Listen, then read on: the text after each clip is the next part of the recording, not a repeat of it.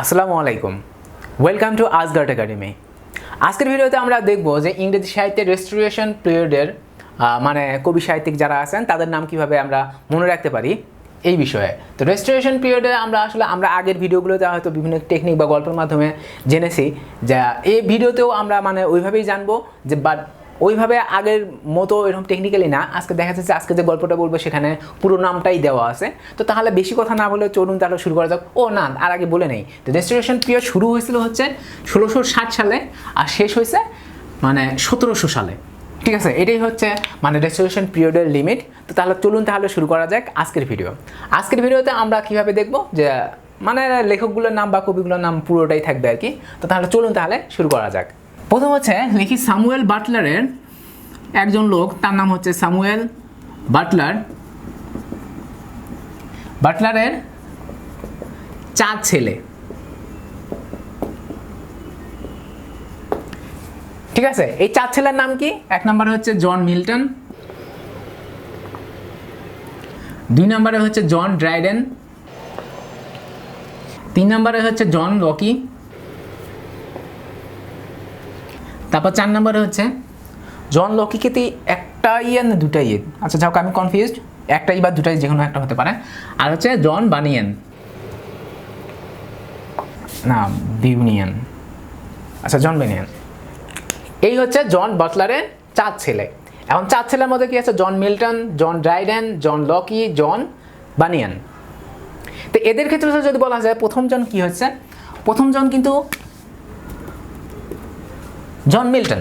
জন মিল্টনকে Samuel Butler উনিও একজন restoration পিরিয়ডের লেখক বা কবি, যে কোনো একজন হতে হবেন, রাইটার।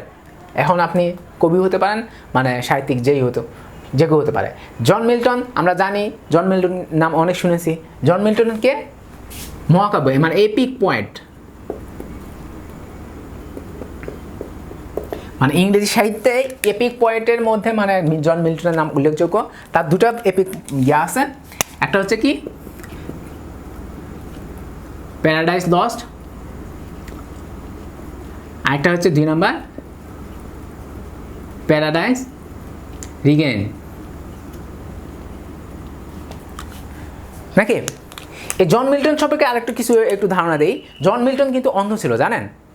জন মিল্টন অন্ধ থাকা অবস্থায় এই মহাকাব্যগুলো তিনি লিখছেন। অন্ধ তার 8 বছর বয়সে তিনি একটু হালকা অন্ধ হয়ে গেছিলেন। তারপর তিনি একটু গণতন্ত্রে বিশ্বাসী ছিলেন, গণতন্ত্র নিয়ে একটু লেখালেখি করতেন। তখন দেখা যাচ্ছে তো ওই সময় হচ্ছে স্বৈরাচারী যে রাজা ছিল, রাজা চার্লস, দ্বিতীয় চার্লস মনে হয়। তো সে কি করছে, এই উনি তো একটু গণতন্ত্র টাইপের ছিলেন, তাকে বন্দি করে রাখছিলেন। এই বন্দি করে রাখার কারণে একটা ঘরে বন্দি করে রাখছেন। ওই সময় তিনি আর কি একদম যেটুকু ভালো ছিলেন, একদম পুরোপুরি অন্ধ হয়ে গেছেন। তারপরে কিন্তু এই অন্ধ অবস্থাতেই তিনি এই মহাকাব্যগুলো লিখছেন। তারপরে হচ্ছে জন ড্রাইডেন। আমি এগুলো একটু লিখে নিই, কারণ জন ড্রাইডেনের সম্পর্কে একটু লিখতে হবে। জন ড্রাইডেন এনাকে বলা হয় যে father of English modern English criticism. ঠিক আছে, মডার্ন ইংলিশ ক্রিটিসিজম। তিনি একটু সমালোচনা টাইপের খুব বেশি করতেন। যেমন বাংলাদেশে শহীদ ইসলাম সিরাজি বা এরকম কিছু একজন আছে মনে হয়, কারণ উনি দেখতাম যে একটু সমালোচনা করতো। বা বঙ্কিমচন্দ্র চট্টোপাধ্যায় তিনিও মনে হয় একটু সমালোচনা করতেন, সমালোচনা টাইপের লেখা লিখতেন আর কি। জন ড্রাইডেন ছিলেন ওইরকম father of English modern English criticism, তিনি একটু ক্রিটিসাইজ বেশি করতেন, সমালোচনা টাইপের লেখালেখি বেশি করতেন। তারপরে ওনার আরেকটা পরিচয় হচ্ছে উনি কি হয়েছে ইংল্যান্ডের ফার্স্ট পয়েট লরিয়েট।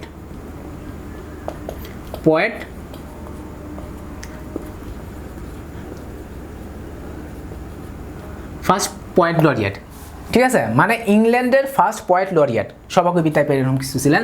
তো উনি কি কত সালে জয় করেছিলেন? 1770 সালে। 1770 সালে জন ড্রাইডেন ইংল্যান্ডের ফার্স্ট পয়েট লরিয়েট হিসেবে জয়েন করেন। এখন হচ্ছে 3 নাম্বার জন লকি। জন লকি হলেন ফাদার অফ মডার্ন ডেমোক্রেসি। ঠিক আছে, জন লকি। আর জন বানিয়ান সম্পর্কে তেমন কিছু নাই। 4 নম্বর ছেলে, স্যামুয়েল বাটলারের 4 নম্বর ছেলে, ধরেন জন বাটলার।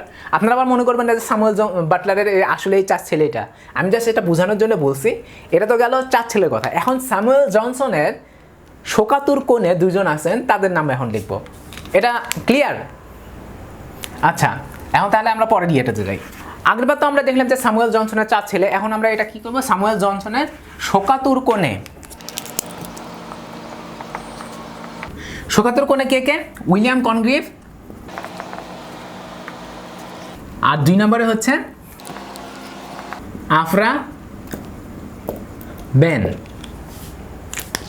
এখানে যে উইলিয়াম কনগ্রিভের নাম লিখছি, ইনি কিন্তু আসলেই মেয়ে না, ঠিক আছে, বুঝছেন তো?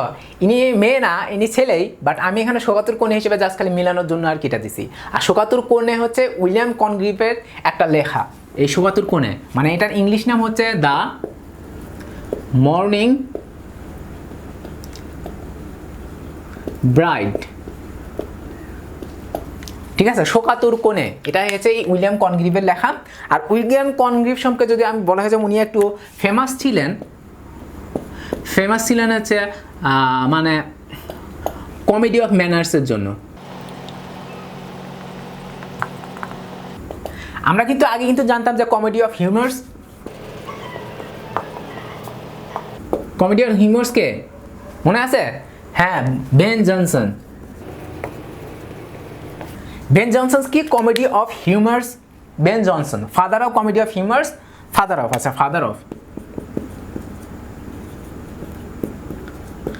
অফ কমেডি অফ হিউমার্স হচ্ছে বেন জনসন। বাট ফেমাস ছিলেন কে? ফেমাস কিন্তু ছিলেন কমেডি অফ ম্যানার্সের জন্য হচ্ছেন উইলিয়াম কনগ্রিভ। প্যাচ লাগেনি তো? আচ্ছা, এই দুটা কথা, এই দুটা আলাদা। এই হচ্ছে ফাদার জন বেনসন, আর কমেডি ম্যানার্স মানে ফেমাস ছিল সে হচ্ছে উইলিয়াম কনগ্রিভ। আচ্ছা, এটা গেল। এখন যদি আমরা ইয়ের কথা বলি, আফরা বেনকে। আফরা বেন হচ্ছেন একজন মানে মহিলা কবি।